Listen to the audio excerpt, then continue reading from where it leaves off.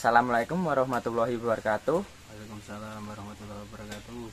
Salam dan bahagia. Perkenalkan, nama saya Andika Adiansah dengan NIM 2021008262. Saya mahasiswa Sarjana Wiyata Taman Siswa. Di sini saya akan wawancara tentang usaha UMKM dan langsung saja.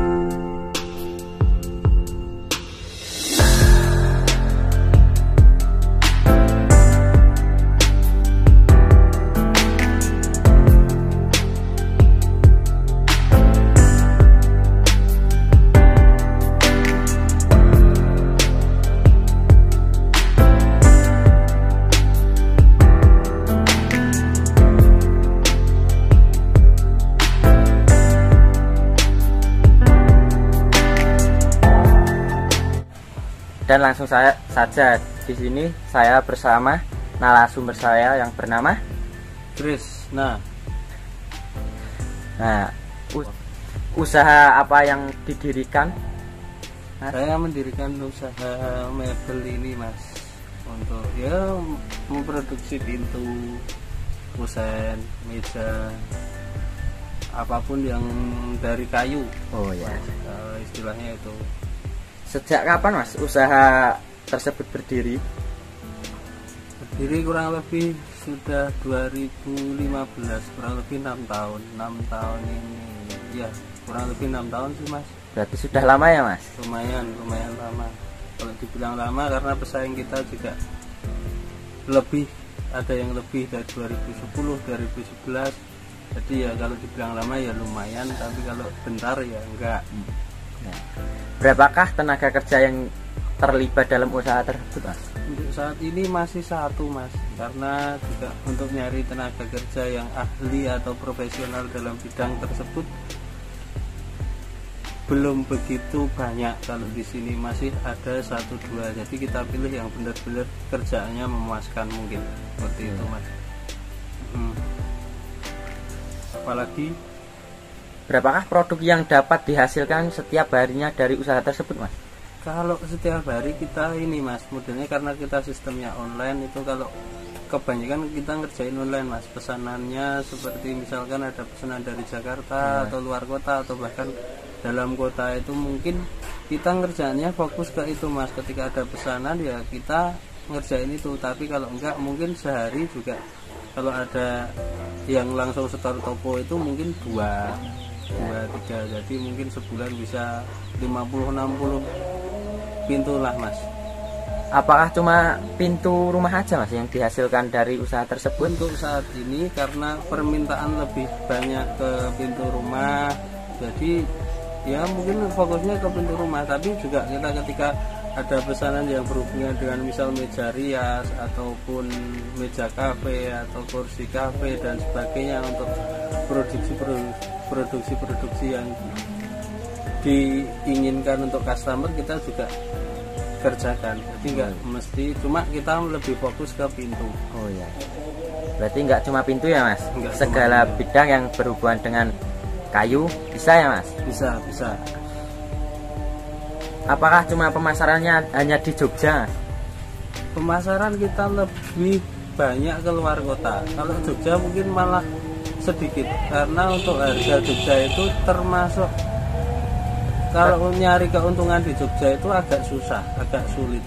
Mungkin nyari keuntungan yang lebih enak itu malah keluar seperti Jakarta misalnya, atau Bekasi atau Tangerang. Itu karena juga yang dibeli itu kayunya yang bagus. Oh iya ya. Lebih bagus mungkin, dan harganya juga lebih mahal. Terus apakah ada perhatian dari pemerintah, baik pemerintah daerah maupun pusat, yang pernah diberikan terhadap usaha tersebut?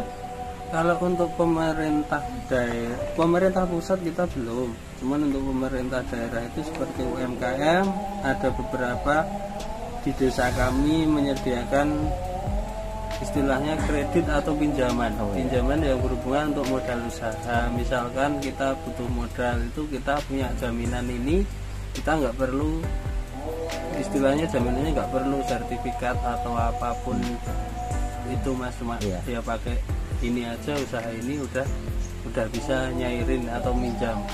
Cuman juga untuk kelasnya kan nggak bisa terlalu banget, nggak bisa terlalu. Yang penting usahanya bisa berjalan dulu. Terus apakah ada kendala yang ditemui dalam usaha tersebut? Kalau kendala itu pasti ada mas, setiap usaha pasti kendala. Contohnya kadang itu kalau pesanan itu juga kayunya itu nggak mesti ready kita, karena kita juga di sini adanya kayu, mungkin kayu belum tua-tua, sedangkan ada yang pesen itu tua, jadi kita harus harus beli dulu ke toko, sedangkan di toko nggak mesti ada, jadi kita kendalanya mungkin muter dan sebagainya. Dan untuk kalau kendala di tukang atau yang ngerjakan itu mungkin bisa teratasi, cuman mungkin kebanyakan kendalanya di kayunya. Kayunya itu nggak mesti ada, dan untuk harganya juga berubah-ubah, nggak mesti sama, kadang juga harga mahal, kayunya kurang sip, seperti itu. Terus kayu apa saja mas yang dikelola di sini? Kalau kayu kebanyakannya kita fokusnya ke kayu jati mas. Jati. Karena paling banyak, paling enak dicari itu termasuk kayu jati. Kalau selain itu sih mungkin mahoni cuman kan kualitas paling bagus jati. Kalau orang itu mindsetnya ke jati, jadi selain jati mungkin belum main kita. Mungkin mahoni 1-2 ada yang pesen tuh. Terus apa harapan dari pekerja dan pemilik usaha agar usahanya semakin maju di bidang mebel? Jadi harapan yang seperti apa maksudnya? Agar usahanya lebih maju dan berkembang. Agar usahanya lebih maju dan berkembang itu ya istilahnya kerja keras mas, cuma itu aja. Kalau sama yang jelas itu ya kita istilahnya memuaskan customer, karena kita termasuk jasa, jadi bagaimanapun itu harus istilahnya customer harus puas untuk pengerjaan-pengerjaan seperti pintu dan sebagainya yang terkait mebel, peralatan furniture dan sebagainya, itu harus puas supaya lebih cepat berkembang. Karena untuk iklan itu kalau iklan via media sosial itu enggak mudah mas, cuman kalau menarik gitu kalau iklannya istilahnya ada yang pesen itu udah puas, istilahnya iklannya mulut ke mulut lebih bagus. Kayaknya misal ada yang pesen satu rumah ternyata bagus semua, nanti misalnya ada tetangganya yang tanya, itu malah lebih enak istilahnya, untuk iklannya lebih memberikan nama baik perusahaan. Apa motivasi yang Anda berikan untuk orang-orang yang di sana agar usahanya lebih maju, apa mas?